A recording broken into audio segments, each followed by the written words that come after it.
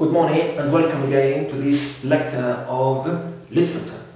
Today we'll try to explore one of the major literary genres, which is fiction.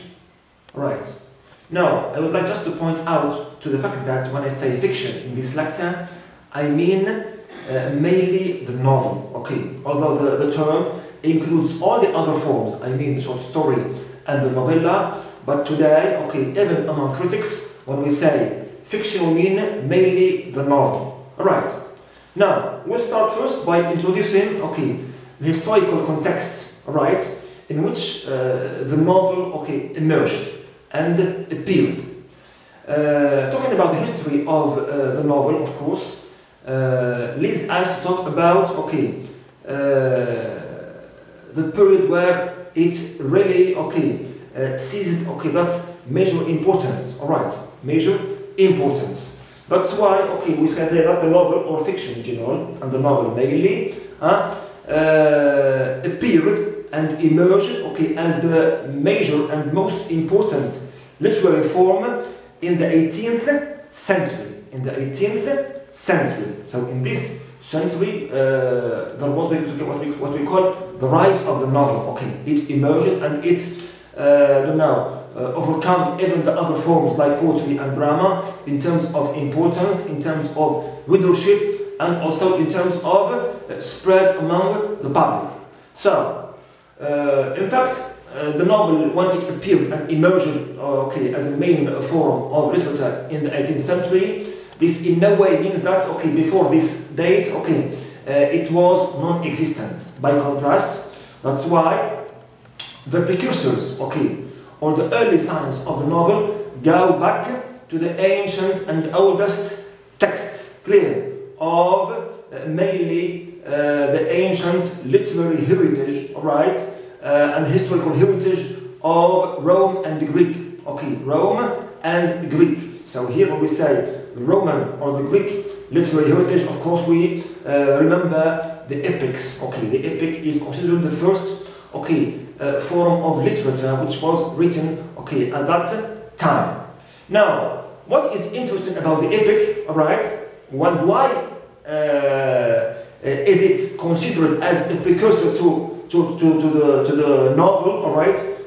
While in fact it is only, okay, a kind of poetry, a kind of verse, alright?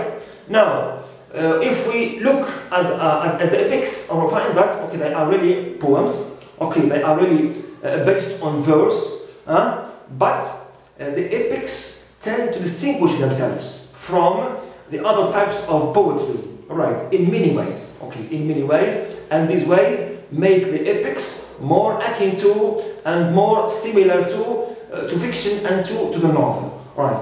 For example, if we compare between the epic and the other common poems we know, we find that they are different in terms of length.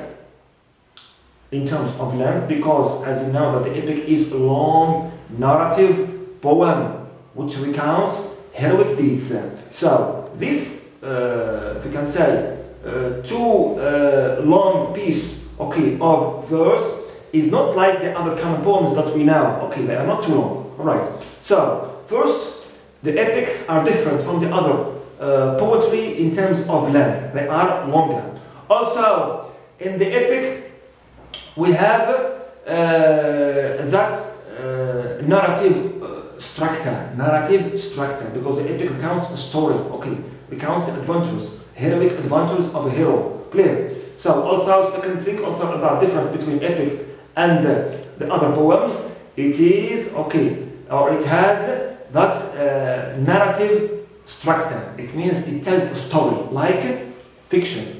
Also, we find in epics that depiction of characters. For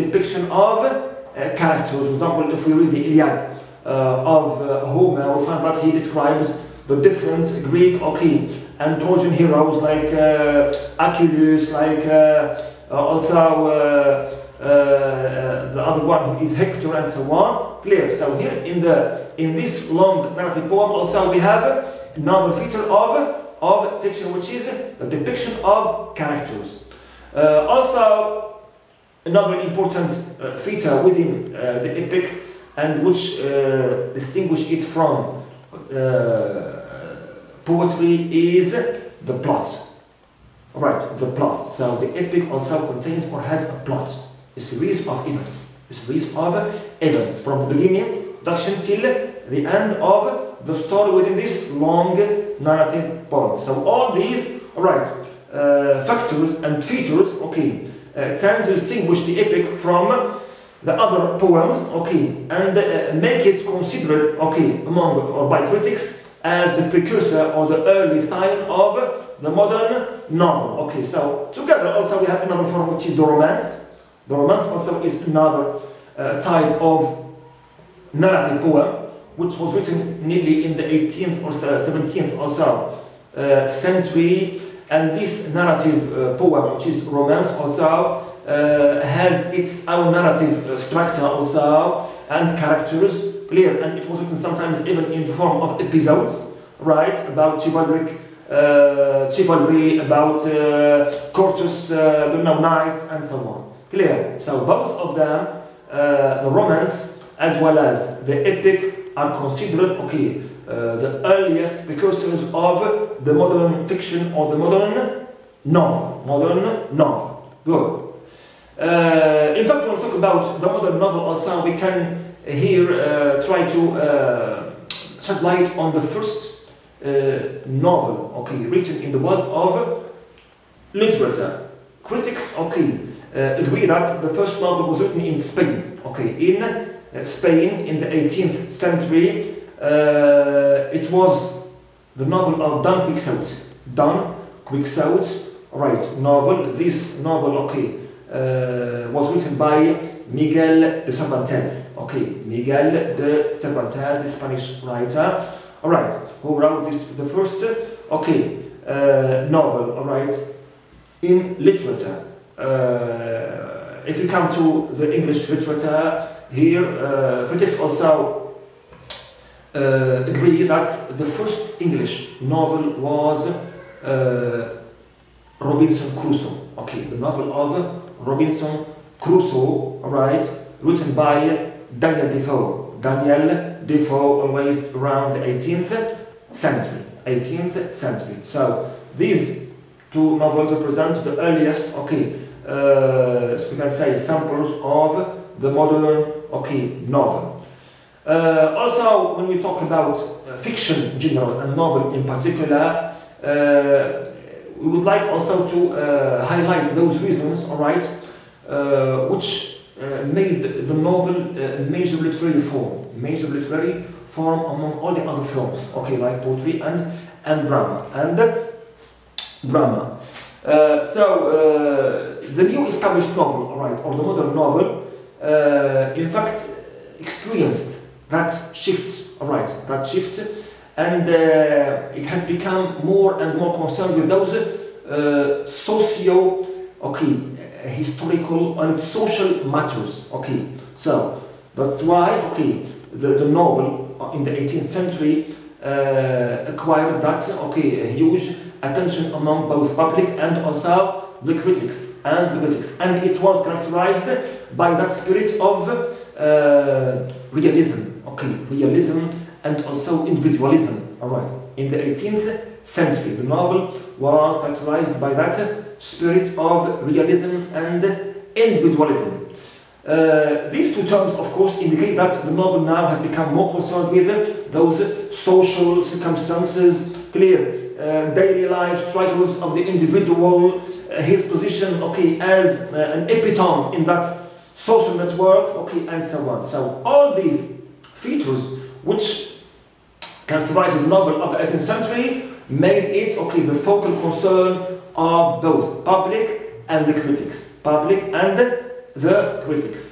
Of course, this rank also was obtained for the novel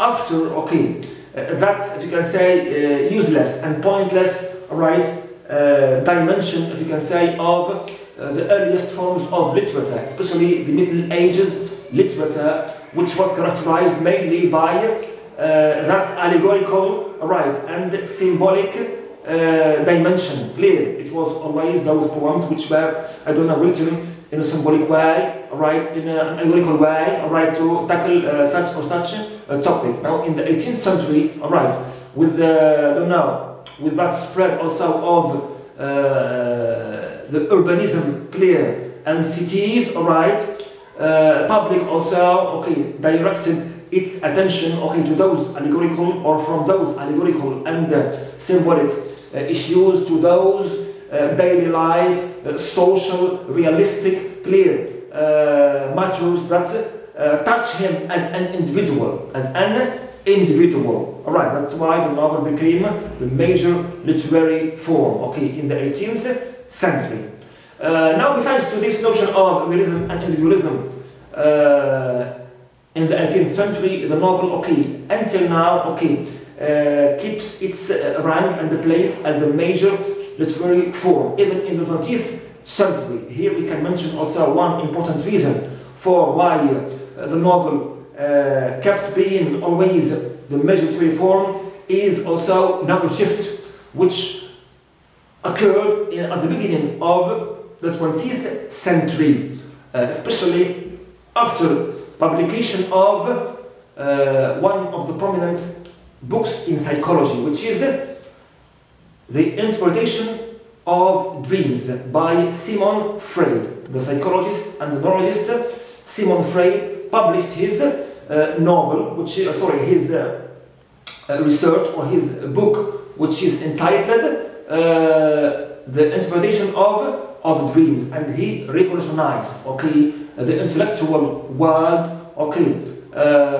concepts about how to perceive reality and how to perceive different phenomena in the world. All right, that's why also the novel also experienced another shift from that social spirit, all right, in the 18th century to that individual spirit, we can say, by the beginning of the 20th century, especially with the rise of modernism and postmodernism.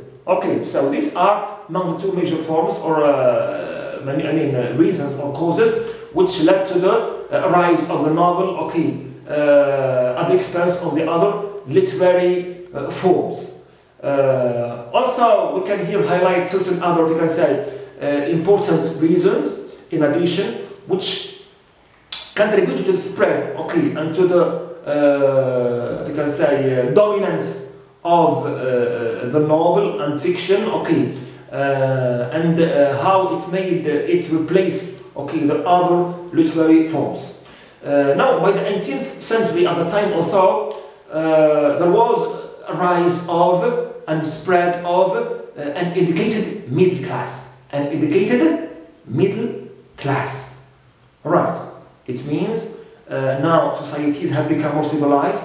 Urbanism, we can say, covered the whole societies. Right.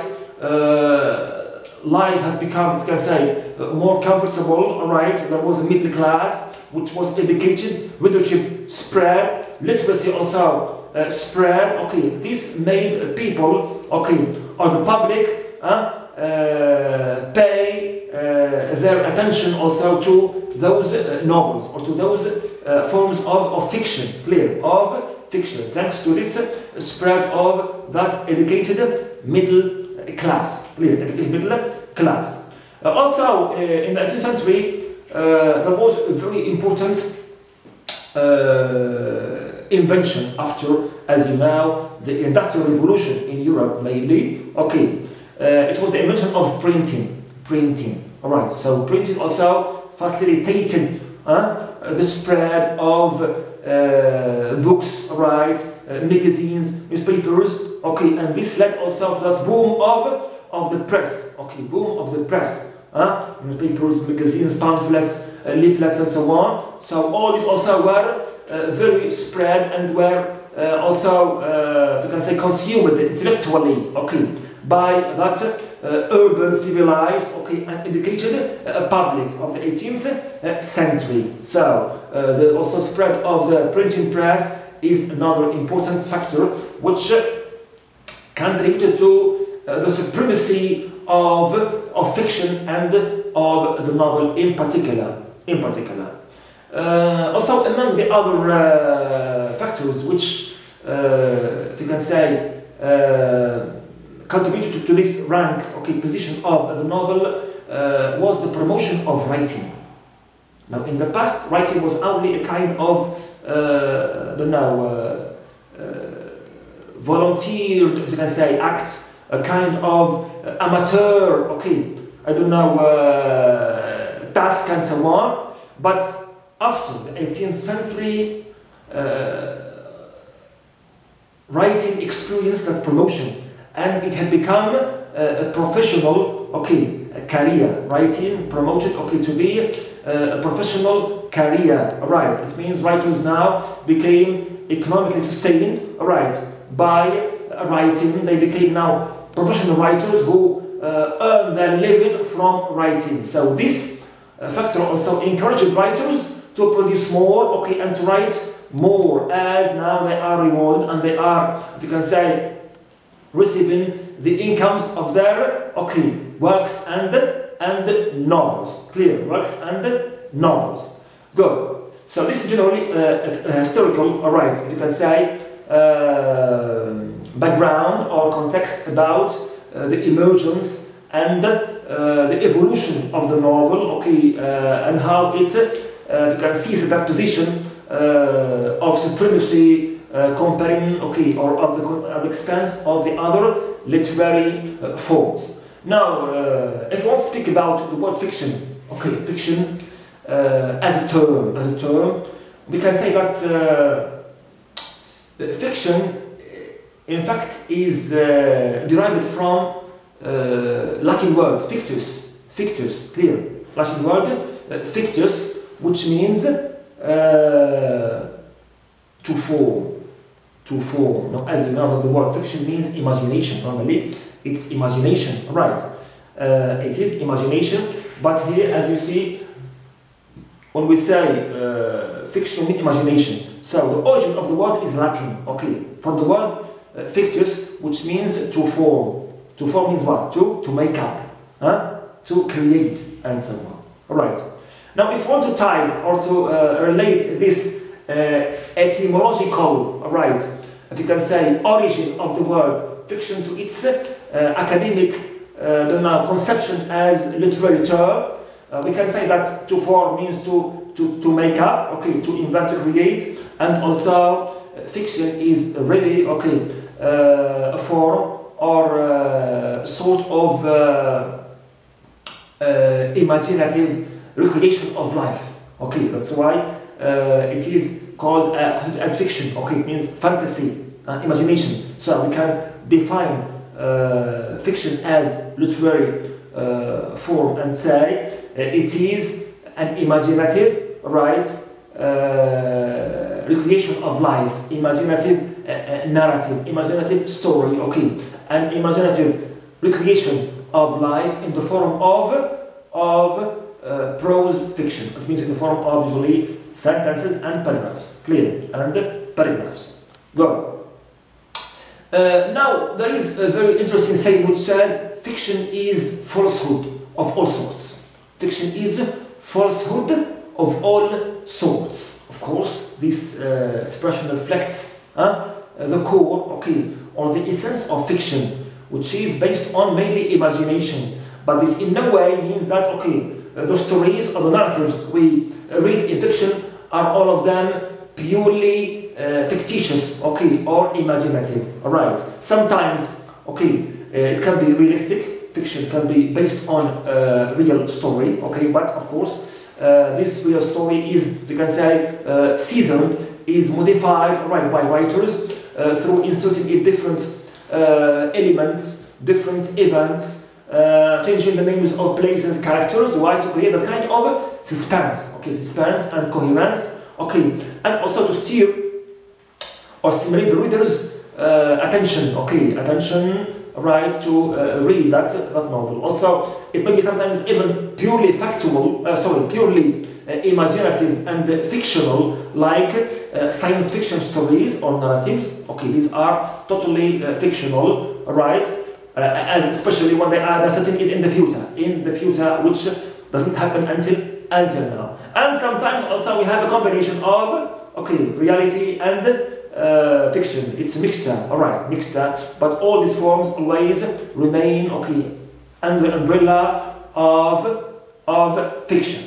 Go. Let's now summarize, okay, briefly what we said, okay, about fiction. We said that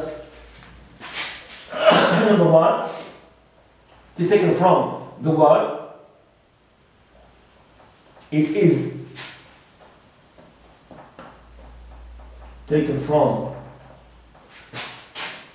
the word fictus, alright, or the Latin word fictus, okay, to mean what? To mean, we said to form, means to form. Now, as a literature, we can define it as it is an imaginative,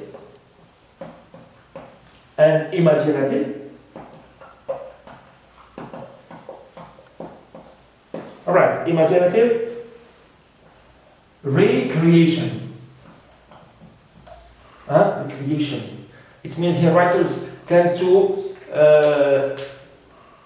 discuss, okay, what's going on in reality, alright, but in the form of imaginative narrative form, alright. It's not a kind of reporting facts as they are, okay, not a kind of reporting or documenting facts as they are. It's a kind of recreation, means you can say adding, okay, or representing it in a fictional, okay, and fictive way. So, recreation, recreation of life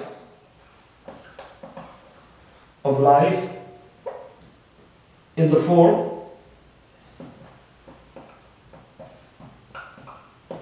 of prose. In the form of prose.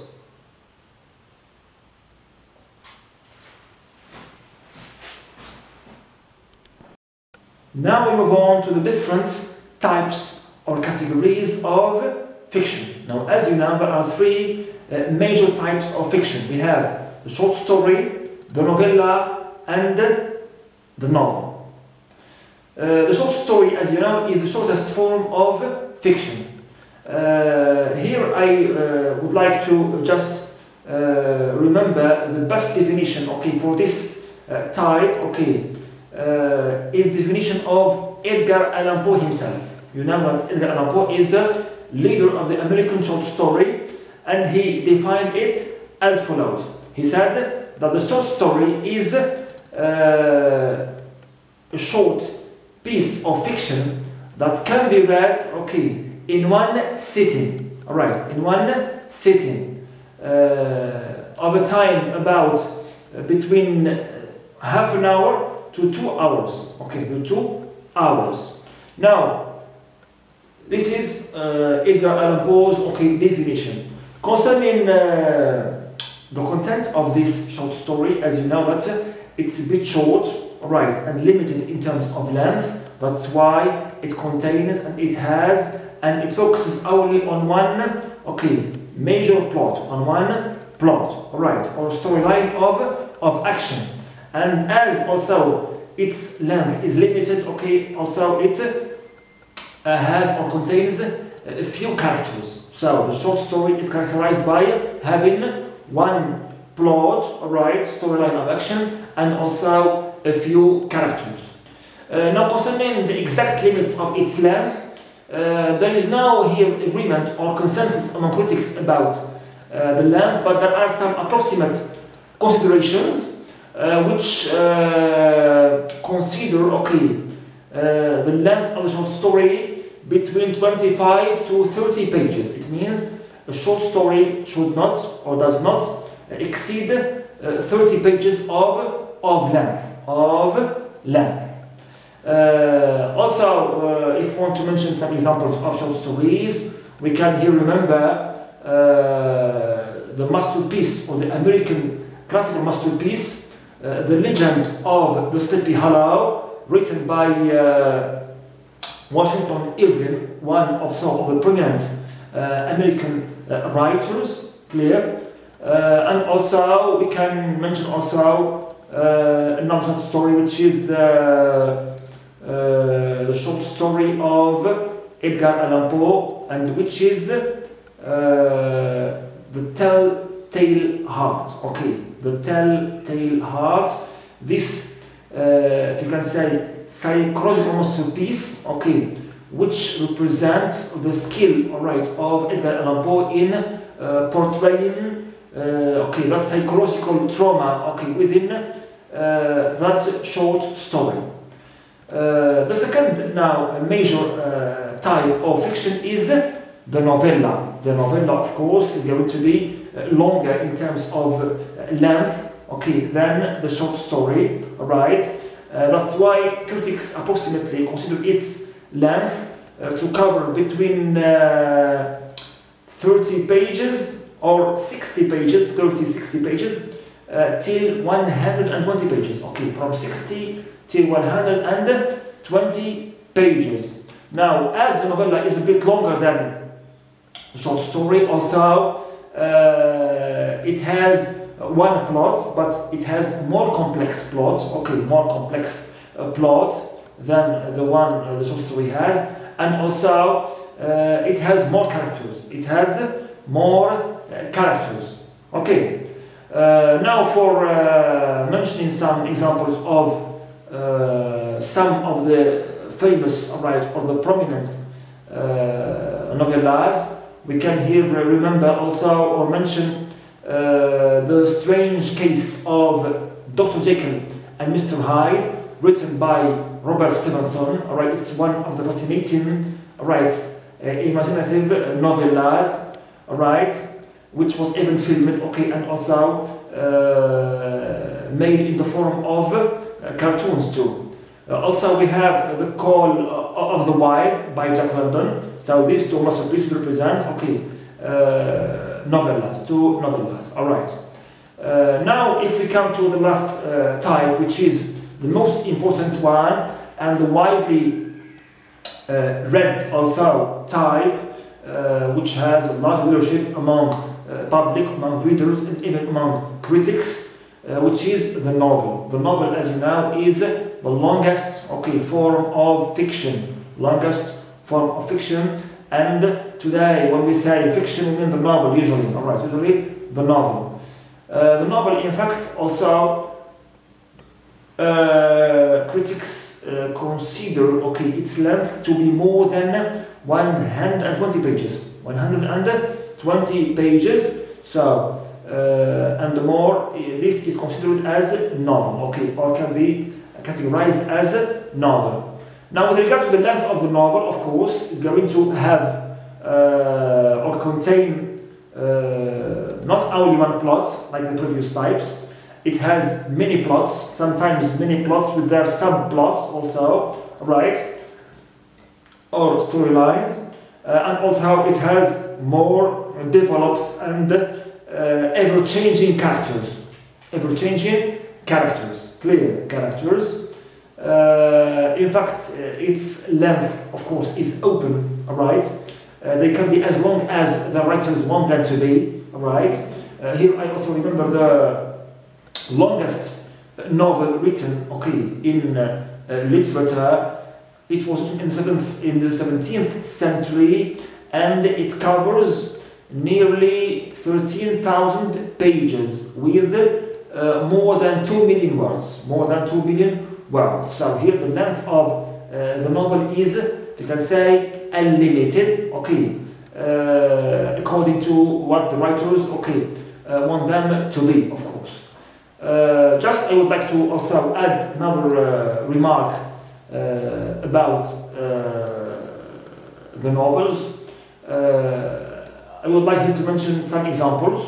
For instance, we want here to mention also two of the major American novelists, which, thanks to them, okay, the American regionalism, you can say, or accent of, or dialect of the American don't know, variation of language was adopted in literature. They are Mark Twain and William Faulkner. So these two writers, especially Mark Twain, who was the first American writer who adopted and used the American regional dialects in his novels. Okay, he wrote many fascinating masterpieces and novels, like the famous novel which is Tom Sawyer. Okay, also novel of Huckleberry Finn, right? And also he has many other works of fiction. For William Faulkner, he has, for example, also many complex, and deep novels, like, for example, The Sound and the Fury. Okay, it is one of his masterpieces that got even the admiration of nearly all critics. Clear. Finally, I would like just to mention that, or to point out the fact that today critics, they even consider many other types, or genres which are modern, in addition to the common ones. I mean fiction, or prose, verse and drama. They may add also these days movies or films, by critics. So critics, they consider films and movies also as another literary genre which has an audiovisual form. So we stop here, and this is our, we can say, the end of our lecture for today. Thanks so much, and wish you the best. Good luck.